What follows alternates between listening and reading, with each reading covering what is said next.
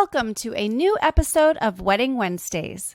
Every Wednesday, the team from Weddings a la Mode and Mode Events joins us with a special guest to chat about all things wedding related. Now pour yourself a drink and let's get to planning.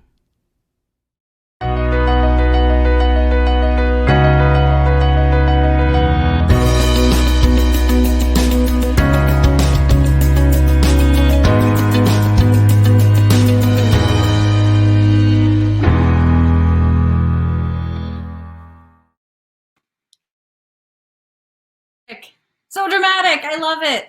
Hi guys, happy Wedding Wednesday. It's the favorite day of the week for our team / me. But we are so excited to have you joining us today, and hopefully this is not your first time with us, but if it is, welcome to the show. We have a wonderful guest per usual tonight. We are speaking with one of the most bubbly, personable people that we have met in the wedding industry here in Chicago.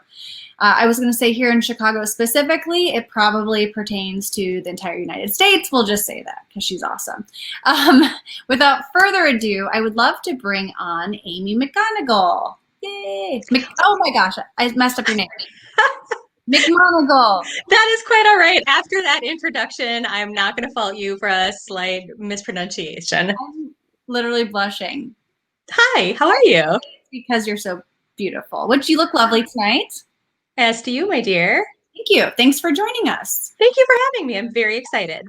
Yes. So this is your first time with us, and we're just going to take this next hour to learn more about you and your experience in the industry, and then also talk all things catering, which is your background. Perfect. So I should start off with the fact I met you at a networking event probably a couple of years ago. But if you could just kind of fill the viewers in on what your experience has been in the event industry, like what even brought you into the wedding industry and like how that even started for you. So I came to the wedding industry purely by chance, many years ago, and have never looked back since. So this is actually my second career in my life. I worked in management in actually the coffee industry, which I loved but got burnt out on. Yeah. And yeah, I still love coffee to this day, but I got burnt out, and this really adorable little cafe was opening up around the corner from my house at the time. And I just thought, you know what I need to do? I just need to take a break. I need to take a breather and figure out what I want to do for the rest of my life. And so I walked in and said, I just want to like have a little job and like work at this cute little cafe for a while. Okay, this was the coffee. This is the coffee shop. Okay. Yes. So that cute little cafe that was just opening up around the corner from my house also happened to be a cheesecake bakery, and they specialized in wedding cheesecakes. So this was many years ago when the trend was just getting popular for people to start customizing and really thinking about what they wanted instead of what their parents wanted, or instead of what was like uber traditional. And so wedding cheesecakes were a thing. So this teeny tiny little bakery that made 222 flavors of cheesecakes. Yeah, I'm like, now I have so many questions about this. Yeah. So decided to open a cafe, and I decided to work there, and suddenly like the owner of this teeny tiny bakery and I just fell in love in a business relationship. And no, I didn't marry my boss. But just like found, like we connected and we found this really great fit where I started running the wedding business. And I got to meet with the brides and grooms, and I got to be a teeny part of their wedding day and talk about their hopes and dreams as it related to their wedding dessert. And I fell in love. I knew I knew that I never wanted to go back to being in management in that way ever again. So, okay, so many questions. You should know. Now, you didn't know this before, probably. Why would you? My favorite dessert is cheesecake. Brilliant. Next is pumpkin pie. And then like if you mix pumpkin pie, like pumpkin pie cheesecake, then it's just like, but what is your, okay, so many questions. I'm like, forget weddings. We're going to talk about cheesecake. What is your favorite flavor? Like, would you try to recommend a certain flavor to couples? Um, I am a little bit of a traditionalist, and in that I really love just like a straight up New York cheesecake. But if I'm gonna do a flavor, it's gonna be Bailey's. Oh, that's nice. Which makes sense because you had the coffee element. The smooth, the creamy, a little bit of Irish cream in there. It's like the perfect combination. Oh, gosh. Like, okay, so you were talking to couples a lot, and you Yes. realized that I'm assuming you were really good in handling your couples and right. And then where did that take you next? Yeah, it's when I realized that what I really loved about the industry was connecting with the couples and being such a teeny tiny part of their day was amazing, but I was ready for more. And so I then, when I was ready to leave the little bakery, I decided to go into full service catering. So I started working for a catering company in the sales and planning department. And being on the catering side, I got to be a much larger part of the wedding day. So, I would meet with a couple and, have a tasting and really get to know them and what they were looking for, and talk a lot about what kind of menu they had in mind, and really go through a lot more of the details. And so it was like being a bigger part of making their dreams come true is what hooked me in, and I've been in catering now for 10 years. Wow. Well, you look younger than what I'm trying to do the math, but you look young. I look young. I drink a lot of water. If I can say so myself.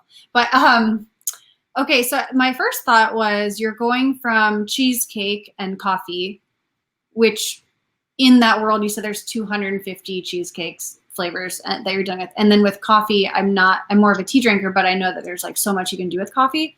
But my first initial thought was, whoa, you're going from like one thing like cheesecake to a whole bunch of different options. Was that a strange transition, or am I overthinking this? Probably. Like that's No, just like a big jump from like, whoa, you're handling all of this yeah. dessert, coffee, side dishes, things like that. Yeah, it was a lot to learn. One of the things I'm really proud of is that I started at this catering company as an assistant. So I knew that I had a lot to learn. So even though I loved working with the couples and that was the easy part, I still needed to learn everything there was about food and catering and how to make things work and function and operations. So I decided that it was something that I was really excited about and took a job as an assistant. So it was my way of getting into the company and the industry that I was starting to become really passionate about. Took a step back and set my ego aside and was like, I want to learn. I want to do this the right way. So I was someone's assistant for a year before I was promoted and then started doing planning on my own within the catering company. Yeah, so as a wedding planner, catering is one of the first vendors that we tackle with our couples. Generally, it's the venue. That way you can nail down a date, as you know, and then catering is the biggest chunk in terms of budget. And in terms, I mean, every couple's different. Some couples, you know more than me probably. Like some couples are like, food, chicken, what's the stereotypical chicken, steak, whatever. Mm-hmm. But I personally get excited when they care about the food and if they want to customize it. Yes. There's probably so much you can do. Okay, so which we'll get to like how that whole process works with you. But I'm just trying to bring us to this present moment. So here in Chicago. So you worked for the catering company, and what city was this in? So I am from Minneapolis. So Okay. I worked for one of the larger premier catering companies in Minneapolis. And then 2 years ago, so my anniversary is coming up in a couple of weeks here. So 2 years ago, I moved to Chicago and love Chicago. Can I just tell you how much I'm in love with Chicago? Yeah, and we're going to talk about this later, but you are president of the Chicago chapter of ILEA in I Oregon. am. Like I am. I think I met you right when you moved here. You did, yes. So I moved here in November of 2018, and you and I met very shortly thereafter. Because when I moved here, I moved for my partner's job, and so I didn't come here with a job, and I didn't. I knew like one or two people here, and so when I moved here to Chicago, I just jumped right into the industry. I jumped into all of the fun networking that we do to meet each other and create relationships and connections, just because I knew that I needed to meet people and figure out my place within the industry here in Chicago. Yeah, no, I mean, I feel like you're in the in crowd now. I don't know. I don't know about that. Well, you're the in crowd, so yes. Yeah, I'm like, this is Mean Girls. No, but I just feel like, anytime I make it out to a networking event, I see you out and about, and which is really lovely, and it's just nice to see familiar faces as you're, out and about at these networking events, which I would love to happen sometime safely. Yes, yes. I miss seeing people in person. I really do. I mean, I love that we have really embraced video as a way to communicate with people. It's better than a phone call, in my opinion, because you can see the smile. Like I know that you can hear the smile over the phone, but it's not the same. Yeah, But that's not the same as being in person either. And I definitely miss that. I know. How, on that note, how are you doing, like, as a human due to COVID? And COVID is the topic of conversation for everyone, no matter what industry, but especially in the event industry, it's what we're thinking about all the time. Yeah, so I was permanently laid off my job. So I've been unemployed for 6 months now, due to COVID. So how am I doing personally it depends upon what moment of what hour of what day you ask me. You know, it definitely has That's ups and downs. with that. Let's do a cheer. I don't know. Like, cheers to, oh, it's so pretty. Mine's like, mine looks like a candle holder. Well, mine is sparkling rosé. I'm drinking vodka, and like, I seriously look like a hobo now compared to you, but I have, this looks like soju. It's a soju bottle, but it's actually Tito's vodka because I didn't want to have like the whole big vodka bottle. So and then this is like, I'm very Italian, so this is like my wine glass. Well, notice I'm not drinking straight out of the champagne bottle, so I classed it up just for you, Lindsay. Okay. I'm getting to know you so much better. Well, I would say cheers to obviously being on the show, but like dealing with life. And I knew that you had been laid off, and it's tough. So here's to you getting a new job soon. Why, thank you. Mhm. I'll Are drink to you? that. Yeah, this is like probably a really tough time, I'd imagine. It To is.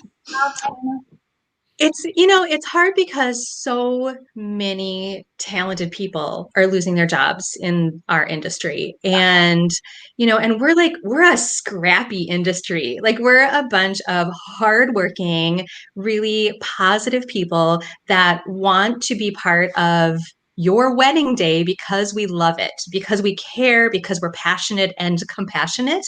And there are a lot of just super talented people that have lost their jobs, and some are furloughed and don't know if and when they'll come back, and others like me, it's permanent. And so it's hard because I don't want to have to leave this industry. It's an industry that I've chosen and an industry that I think is such a great fit for me.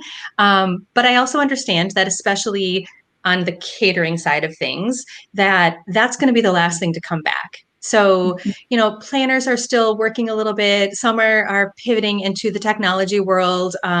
But people that provide tangible goods that are only for in-person events like catering, it's going to be the last thing that comes back. So I also am very pragmatic, and I understand that there might be a time that I take a job that is a temporary fit, knowing that if I need to do that, I will for sure come back to the industry. Yeah, I mean, would you be interested in a sales role in some other form related to weddings? Like, Oh, I don't know, absolutely. or something. Yeah, I feel like because you can talk about the wedding process, and I don't know. I like what you said about the fact that we really, like wedding vendors, we really do want to be there. We really want to be a part of it. That is so true. As cheesy as it may sound, like if we didn't really enjoy this, we would be freaking miserable. And like you have to really like working with couples because it is such an emotionally charged process because it's so important to our couples. And so you have to be able to deal with that. Like I have several photographer friends and several hair and makeup artist friends that used to do weddings and it wasn't for them. And they're like, you know what? I don't do weddings anymore. They're still doing their trade or their skill, but Yeah. it wasn't for them. And I was like, if you don't truly like it, please don't do it. There's so many other vendors out there. Like it will show, it will shine through. If you Absolutely. And even in the catering world, like there are people that only do corporate jobs. And Mhm. I love my weddings. And so to answer your question, I would absolutely look at a sales role or business development type role that is within another part of our industry because what I love about it is creating that relationship and creating the lifetime memories for and with the couple. So I love the food. Like don't get me wrong. I love the food. I love the wine, but that's not why I do it. It's what I'm good at, but it's also not why I do it. I do it because I love the relationship building with the couple and then with the other vendors that are on their wedding team. Yeah. Well, I'm gonna like do a plug right now. So hiring.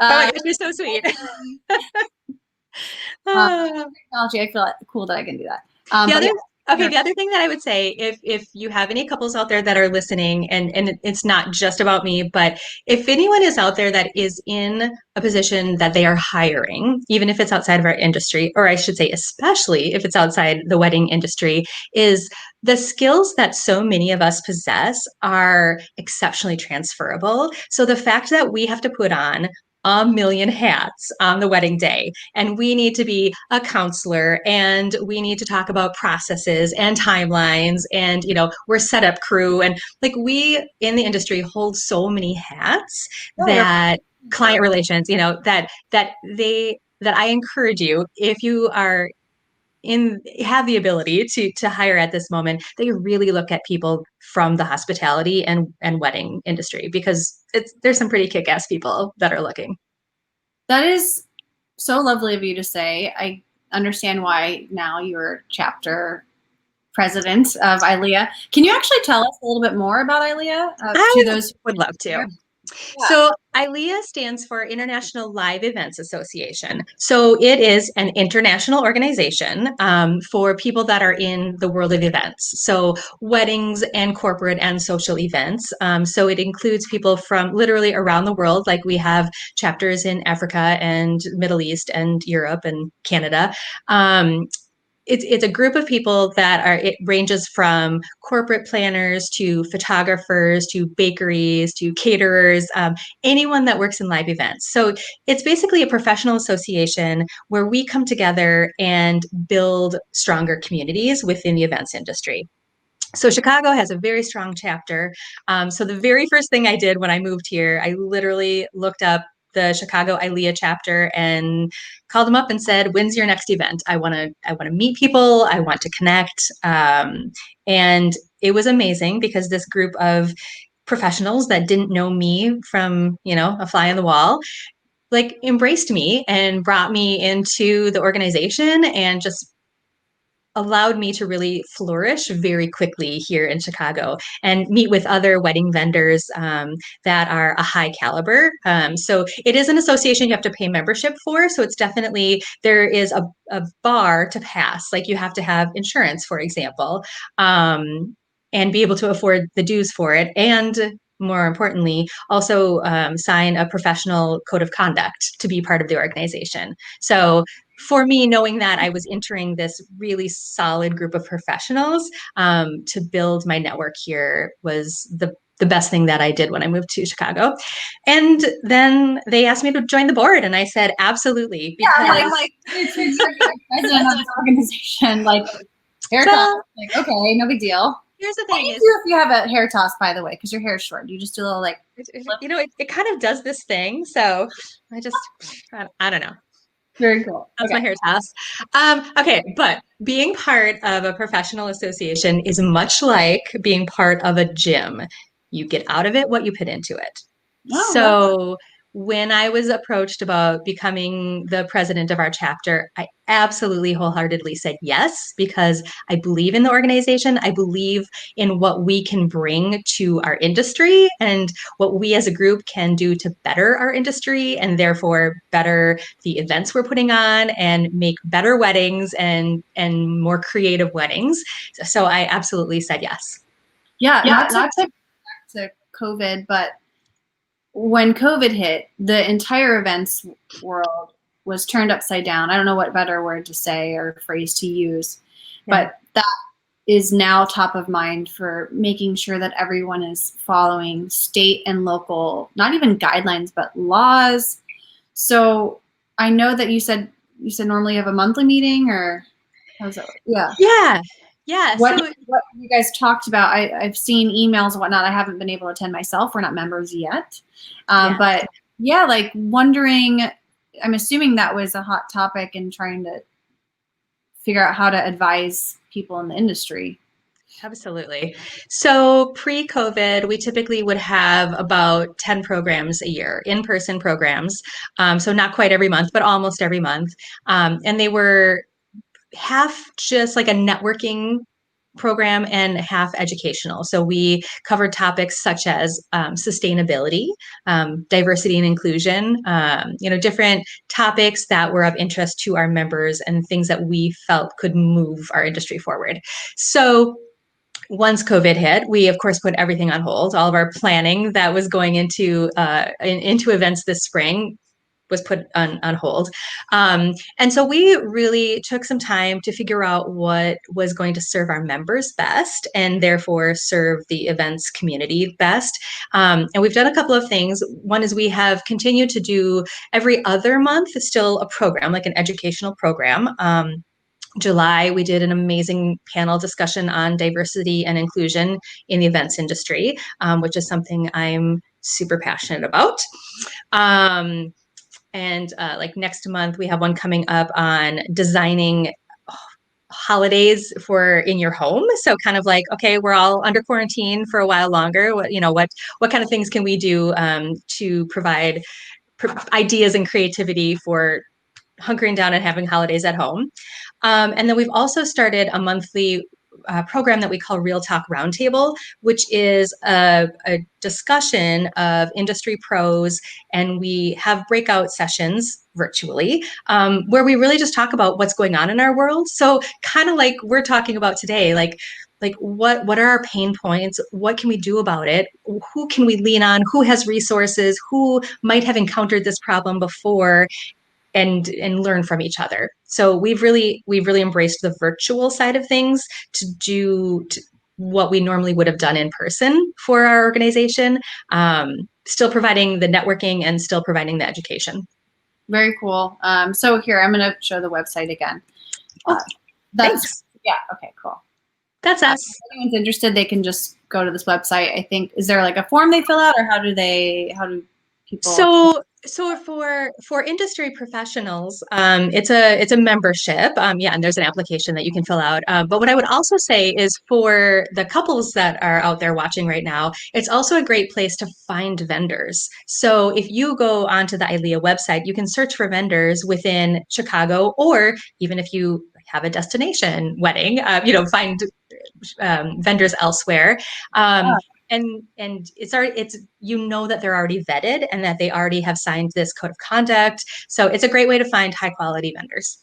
It's funny you mentioned one of the requirements is to have insurance. It's like you would think that all companies would have insurance, but I don't know. I don't know. Right. It's not a requirement to say that you are a wedding photographer, for example, or a wedding planner, even, for example. And I would say that that's one of the things that I think is so valuable about having a wedding planner is that wedding planner, truly, like if all of my couples had a wedding planner, the world would just be that much better. Like wedding planners are the absolute best investment you could possibly make because they're the ones that are going to not only help you with all the details, but lead you to the right vendors. So, you're looking for a photographer, great. Your wedding planner knows who the good ones are, knows who the ones are that have insurance, knows who shows up on time and gets you the images on time and all those things because we as professionals create those relationships.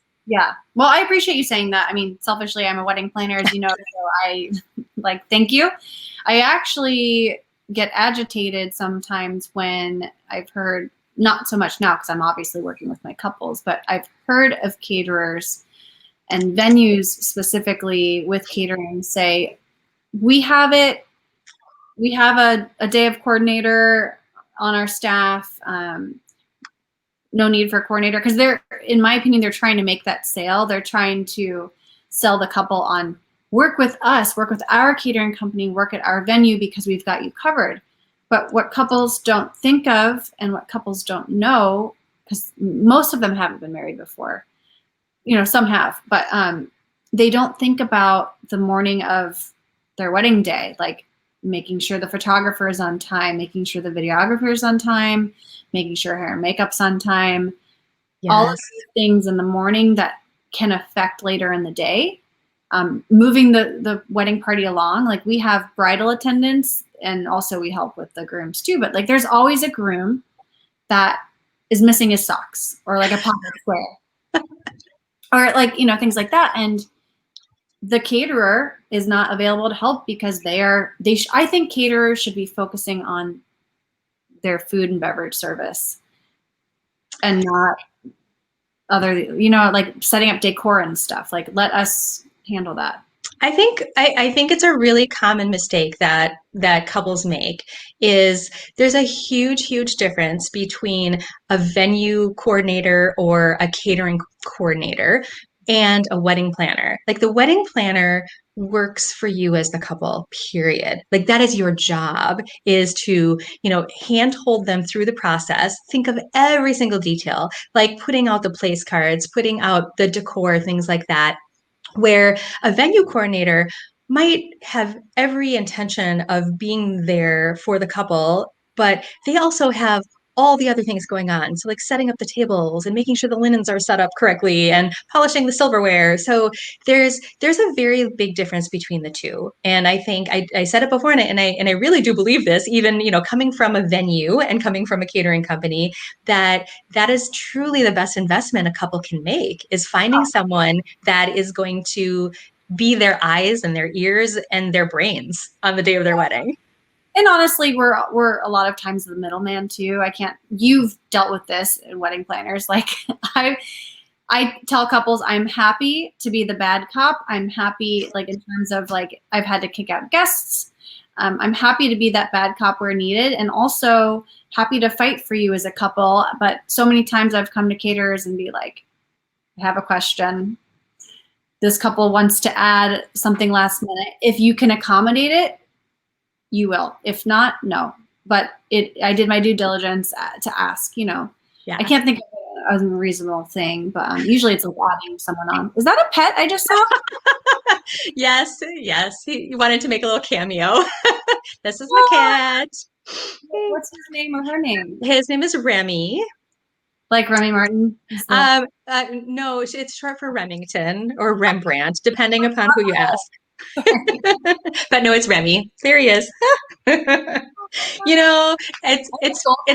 it's like having a toddler. I feel for the people that have their kids at home and they're working from home seriously because even having a kitten, it's truly like having a toddler. I have my goldfish. I love it. Oh my gosh. Oh my God, it's so heavy. Ugh, 1 second. Watch. She's gonna die on this show. You never have to worry about your goldfish jumping into your shot. Yeah, exactly. Oh my God, that was exhausting. I need to work out more. Whew, you got to work out there. Cheers. Well, yeah, cheers. No, during COVID, we are experiencing COVID, but in quarantine, I live alone. So, which my sister's always like, don't say you live alone because people can murder you. And I'm like, it'll be okay. But anyways, too much information per usual. I live alone and I was lonely and I don't have any pets or any animals. So I was like, I can at least start with the goldfish and, see how it goes. So still And alive for like, and you're still on your first goldfish. yes. Well, it's funny because I have traveled a few times since COVID hit and I've asked friends and neighbors to help. And so I've wondered, I'm like, has the fish died and they just like replaced her and I didn't even know? Oh, you would totally know. A mom always knows. Yeah, and she's a white goldfish, which is, I guess, more unique. So I don't know, but she literally just swims around doing nothing. I mean, could you imagine just being in that small bowl, entertaining yourself? I don't know. I mean, I can actually, because of quarantine, I can sort of appreciate what that's like. You're like, actually, out of all the times to ask me, that's funny. The answer is currently yes. Yes, I Oh, do. God help us. Okay. I totally went off on a tangent because I saw your cat, which I love Remy. What were we talking about? Oh, catering, obviously, but we were talking about I don't know. Yeah, I don't know. If the cat. Yeah. I I need to get a pet. I need to Oh, upgrade. we No were offense. talking about why people should always have a wedding planner that they trust. Oh, right. You were basically like selling me. So how? But it's true. It is so true. I tell all of my clients and my potential clients that. Yeah. Yeah, and with any wedding vendor role, it's education. So if a venue says, "Don't worry, we've got it," some do have it, which is great, but couples don't think of the morning of. Right. As a coordinator and a planner, I always make sure that for every couple we work with, right away we connect with all of the vendors and right away talk about like roles. Yes. So our team is there to support, and I know that I've met some wedding planners and they like to like run the show, which we are running the show, but they do it in such an aggressive way that it's off-putting to the vendors and it's causing more problems than helping. Have you Hmm. experienced this or no? I have. I Okay. would say that 99% of the time when I'm on site and there is a wedding planner, we are, at the end of the night, we're like best friends because that's how it should work, Yeah. Like you should all like get on the same page. If you don't start on the same page, get on the same page because everyone has the same goal. Like the entire industry has the same goal. And if we don't realize it, we need to figure out a way to find that common ground because really it's not about us. It's about the couple and it's about making sure their day is everything that they dreamed it would be Yeah. as much Amen. as possible. Amen. Yeah. So when I reach out to vendors, if I haven't worked with them before, especially, introduce myself and I'm just like, hey, I'm here to help you. As much as I'm here to help the couple, I'm here to help you in any way that I can. So I'm always asking if you have any questions, please let me know because that way when I meet with the couple, I can ask them. Almost again, I mentioned the middleman element of just trying to get answers, whatever it takes. If the couple is, super busy, which most of our couples are, it's up to us to kind of help put those pieces together. It's like helping vendors just as much as the couple, honestly. Just to get Exactly. the job done in a nice way. I totally agree. Yeah. Yeah. What venue? Well, I know what venue, but if you want to tell the viewers what venue you were at most recently, and then what that process is like, if couples are going to check out a venue, what questions do you recommend couples ask? So I was most recently at Venue West, which is run by J&L Catering. So it's a venue that has the catering on site. Some venues don't have that, and so you hire the venue separately from the caterer. But there are a few venues around town that are run specifically by the caterer. So they sort of come with a catering company on site. And I will say that in Minneapolis, that is the model that I came from. So the catering company that I worked for in Minneapolis actually had 12 exclusive venues. So it's nice because I come from the side of things where I'm very adept at selling venues as well as the catering. So really helping a couple choose the right venue and choose the right menu. To me, it's sort of all one and the same because that's the model that I come from.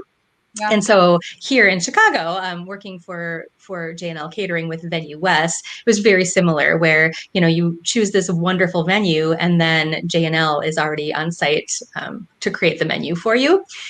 So it really depends upon what types of venues the couple is looking for. So, if you have chosen a venue that has several caterers that you can choose from, that's when you really need to start working with your planner on figuring out what's important to you when it comes to catering. Some couples, the most important thing is the bar, and having a high-end bar, or interesting things at their bar, craft cocktails at their bar, and others, that's not as important as having a variety of food or really interesting foods. So I really think the starting point is to figure out what is the most important part when you think about your wedding meal, like food and beverages. Is your goal for everyone to feel stuffed at the end of the night? Some families and some cultures, truly the goal is you should be eating all throughout the night. Like the moment you walk in the door, you should have something to eat. And then, obviously you sit down to dinner, and then later you should have a couple other snacks throughout the night. That is important to know. So as your caterer, that is something that would be really important for me to know. Other couples, sustainability is really important to them. So it's really asking caterers where the food is sourced, and are you able to get, say, wild caught salmon, or is it all farm raised? So, those are the kind of questions that I love when a planner brings to me the not only interests, but the important parts to the couple, so that I can work with them on figuring out exactly the right fit. Yeah. I think some couples, the majority of couples, don't realize that they can customize their menu. So as a caterer, you have menu options that you recommend that you've seen work really well at other weddings that your team does easily. I'm sure there's all types of factors that go into your menu of cost efficient XYZ. But it's funny, even at a tasting, I just had a tasting on Monday, which was oh, this is cool, a little bit of normalcy. But even at a tasting where you have this delicious dish, and the whole point of the tasting is to see if there's something you want to tweak. Yes. The bride simply, thankfully said, "Oh, I like this. It was just a little salty." It's oh, well, we can fix that. Yes. You can just knock I that off the list. I love tastings. Tastings are my absolute favorite part of the process. It is the time when I get to know the couples the best. So, I always, for me, tastings always should start with a glass of champagne or non-alcoholic, because we're celebrating. We're celebrating. You're getting married. So I always start my tastings with a cheers with champagne or non-alcoholic, because I am also very careful to ask couples about, are there non-drinkers? Because I recognize that not everyone drinks. So I want to make sure that the moment they walk in, they know that I've heard them, and they know that I've paid attention to what they've said. And making them feel comfortable the moment they walk into the tasting. So tastings are definitely the time for the couple to make some decisions, but also ask questions, ask for changes, tell me what they love, and tell me what they don't love. That's okay. If I put 8 things in front of you, I don't expect that you're going to love every single one. And that's exactly what the tasting is for. You might love 7 of them, but let's tweak that last one, or let's get rid of that and talk about something else that could easily fill that spot that you might also love. So it's my time to get to know them, not only their likes and dislikes, and a little bit more about their wedding, and kind of talk about their colors, and sort of fun details about the wedding, but get to know them and their tastes and their palate and what's important to them. So that's why tastings are so important to me, because it sets the tone for how we proceed with creating their menu. Yeah, I think it's very important. I enjoyed myself, and I always remind my couples, I'm do not eat a heavy lunch. I send them a text in the morning, just even though we've talked about it in advance. It's you eat so much food, and my bride, she has a very tiny stomach, I guess. But anyways, from Monday, and she got to halfway through, and she was like force feeding herself. But what more can you do? I'm like, just try to not eat all day because there's gonna be a lot of food. I always tell my couples to pace themselves, like at the beginning of it. Our hors d'oeuvres generally, if we're talking like past hors d'oeuvres, are usually meant to be one or two bites. And it's important that like if it's going to be passed, that you pick it up and try it, just like your guests would be. Um, but you don't have to eat the whole thing because, if you try several hors d'oeuvres and those are two or maybe even three bites each, and then you get to salads and then you get to entrees and there's still desserts and maybe there's even a late night snack to try. I always say pace yourselves, and without fail, someone at the end of the tasting is like, whoa, that's way too much food. Yeah. Well, you had a good point about physically picking up the hors d'oeuvres and whatnot, because on a menu, we tasted a mini meatball sandwich. And that sounds amazing.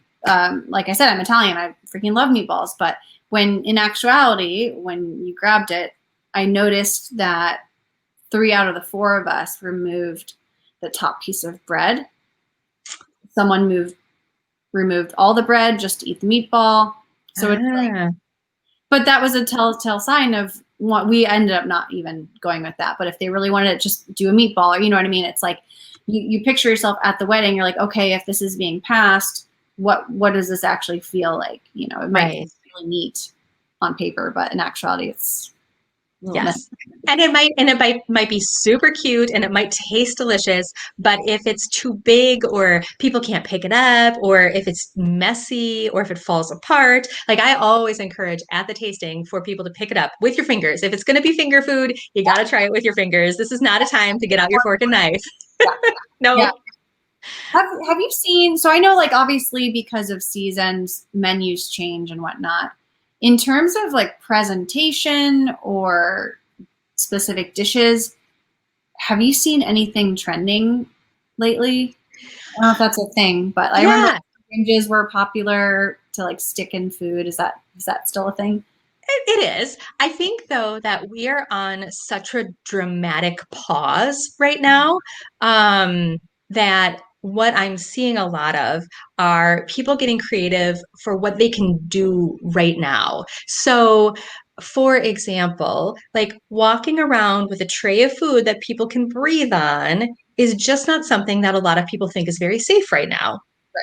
So it's really like what we're doing in catering is really talking about how to make sure that we're doing things in a very safe way, like as safe as possible. And so for some people, that means having a tray with perhaps a cloche over it. So like a lid, basically, where like a glass lid that, I walk out with it and then I lift the lid for you to take one. Or even more safe, like one step further, server number 1, open it up, and server number 2, with their gloved hand with a utensil, takes it and hands it to the guest. So the guest never comes near the food. They're handed this, and it's a very like beautiful presentation of the hors d'oeuvre.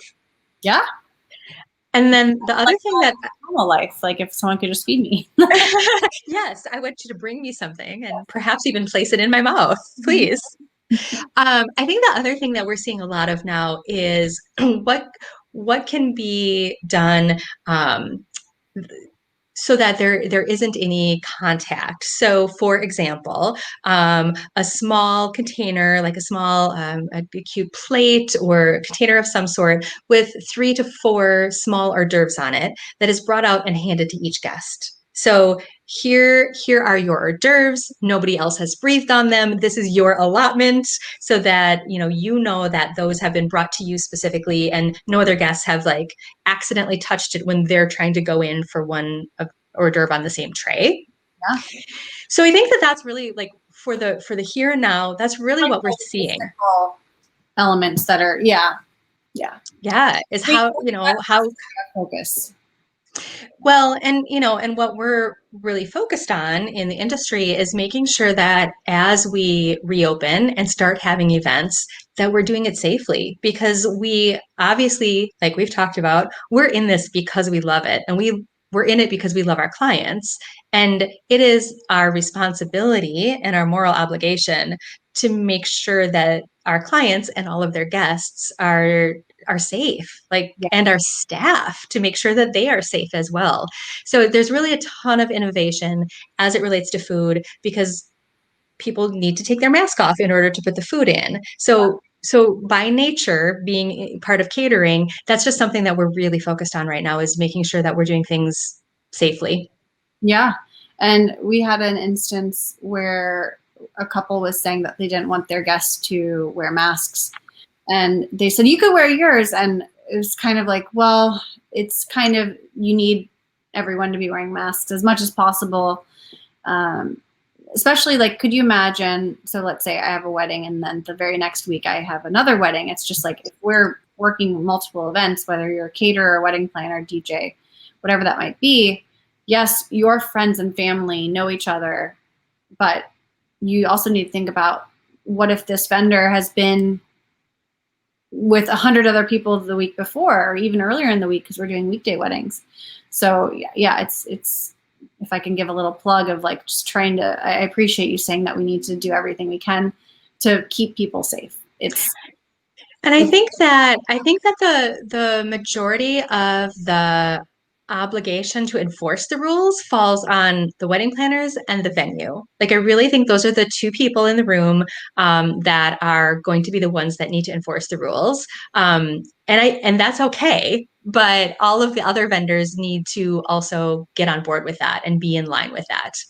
Yeah, yeah. Um, Give me 1 second. I tried to hide myself. My battery is very low. Okay.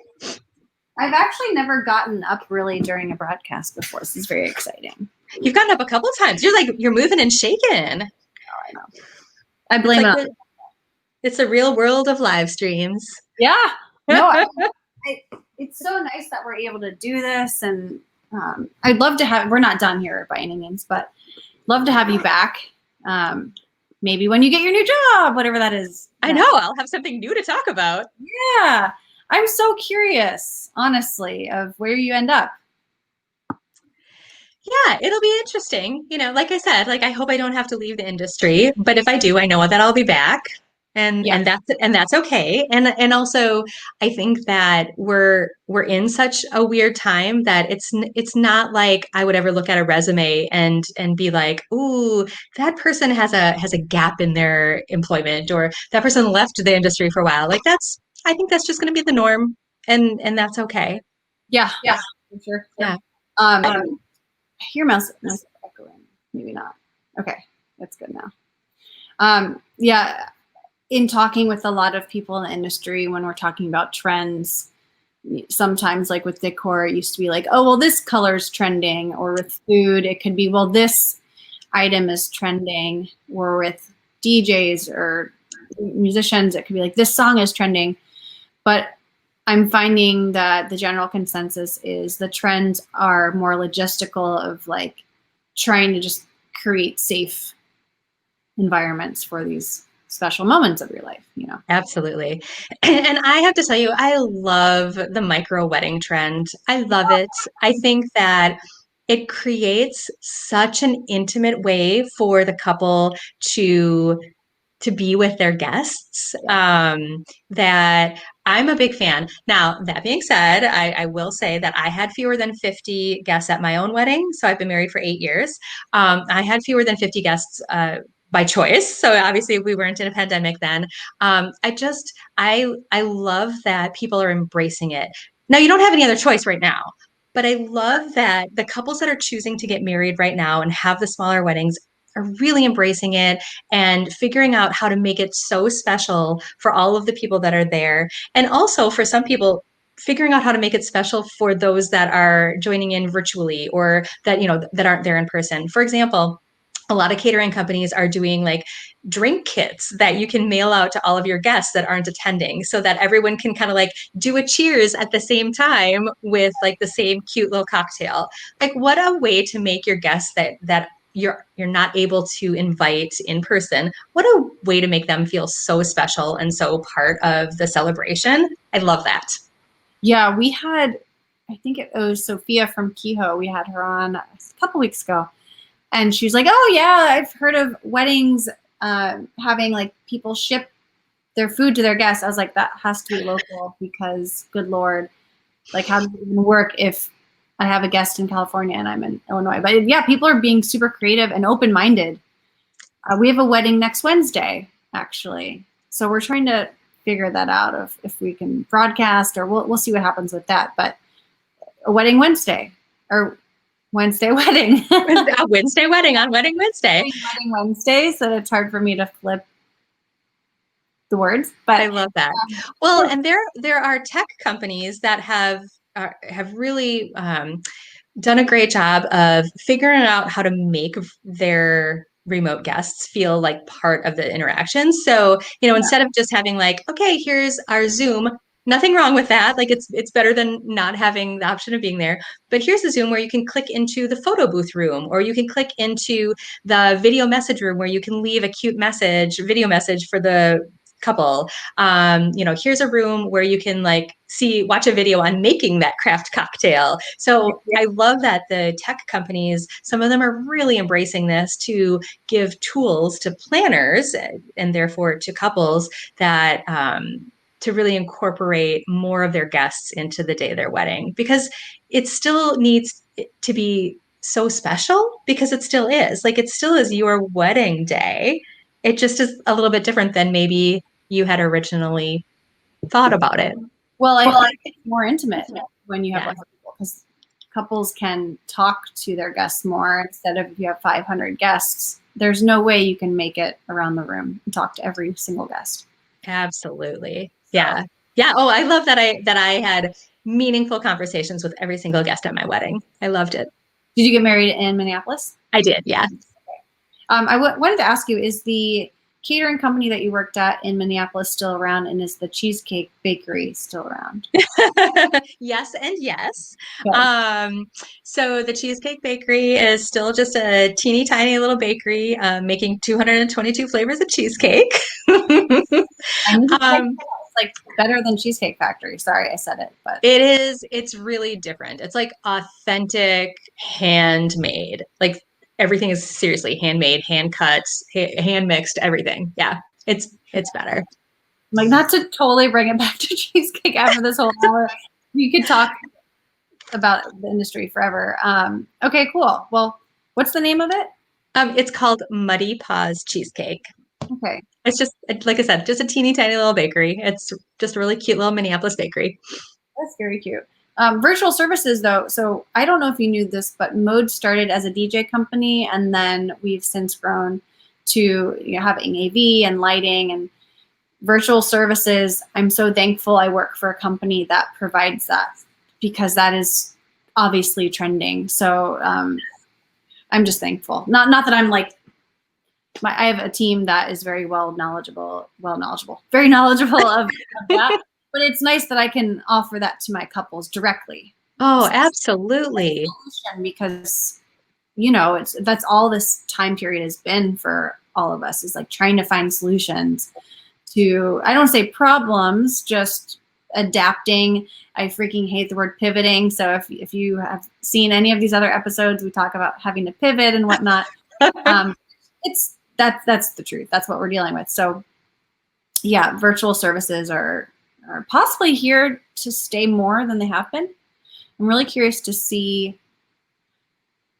what elements of now continue on to next year, years to come. I would imagine that couples, my thought, if I had to take a guess, is couples are going to be open-minded more now than before, of like not doing something so traditional. So I think it's going to translate down to anything. Like, do we have to have a cake cutting? Do we have to have a cake? I don't really like cake. Could we do something else? Right. I think there are a lot of really amazing things that potentially could come out of this, truly. For example, I think that we are an industry where nobody really knew what we did because we were so good at hiding it. We were like, we're the great and powerful Oz behind the curtain. We just want the magic to happen. We want you to be able to walk in and everything is magically the way that you want it to be. But we have, struggled and sweat and worked really hard behind the scenes to make that happen. But we've always tried really hard to not show that side. And I think that we are necessarily becoming much more transparent. Like our clients are much more understanding our processes and all of the work that we put in before their wedding day, even obviously for you as a planner, but even, as a caterer, like the amount of work that I put in before a person's wedding day is pretty immense.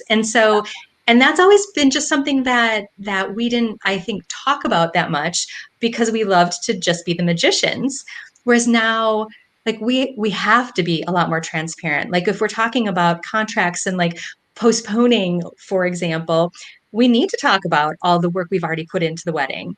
So that's just one example where I actually think that it will make our industry better. And I think we'll be able to serve our clients better because we'll have practiced being a lot more transparent.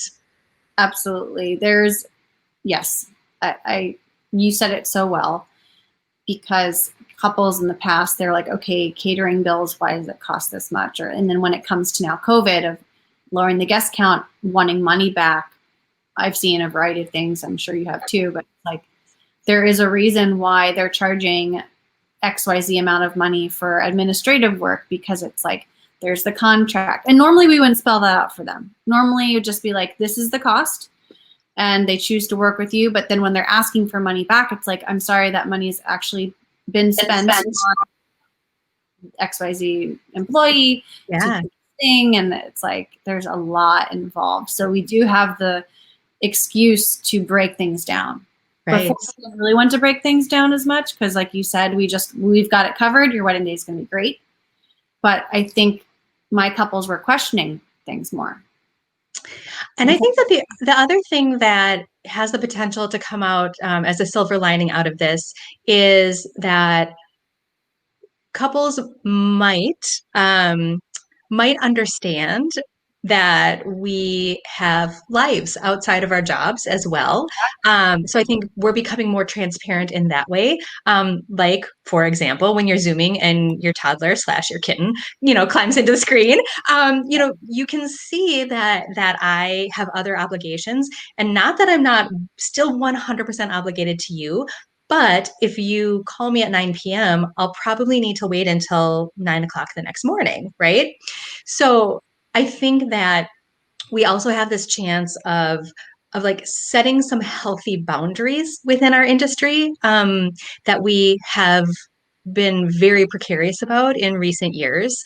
I think that because we are so service oriented and because we love our couples and we want to do so well by them, that it's often really easy to think I have to respond within 5 seconds when that shouldn't necessarily always have to happen. Like, yes, sometimes it does. And I get that. Like, we're in an industry that isn't a 9 to 5, but establishing some more healthy boundaries, I think is something that could come out of this. Yeah, I personally have established boundaries more now than ever. And you would think, oh, I'm home more, I could be even more at your disposal. But I'm a little different because I do live alone. But for people who have spouses or significant others or children, you really have to more intentionally now carve out that, we're saying boundary, but just letting people know like when I'm working and then when I can tend to my other relationships or my other responsibilities. Mm-hmm. Because I think there was that initial assumption of, I can have you whenever I want now because you're stuck at home. It's like, Yeah. well, for my sanity, I need to have a life and eat food and, do the things I need to do. Well, and I also the other part of that is that companies are running on skeleton crews now. So, the catering company I used to work for, had to lay off and furlough most of the team. And so, there's not 10 people in the office waiting to answer your question.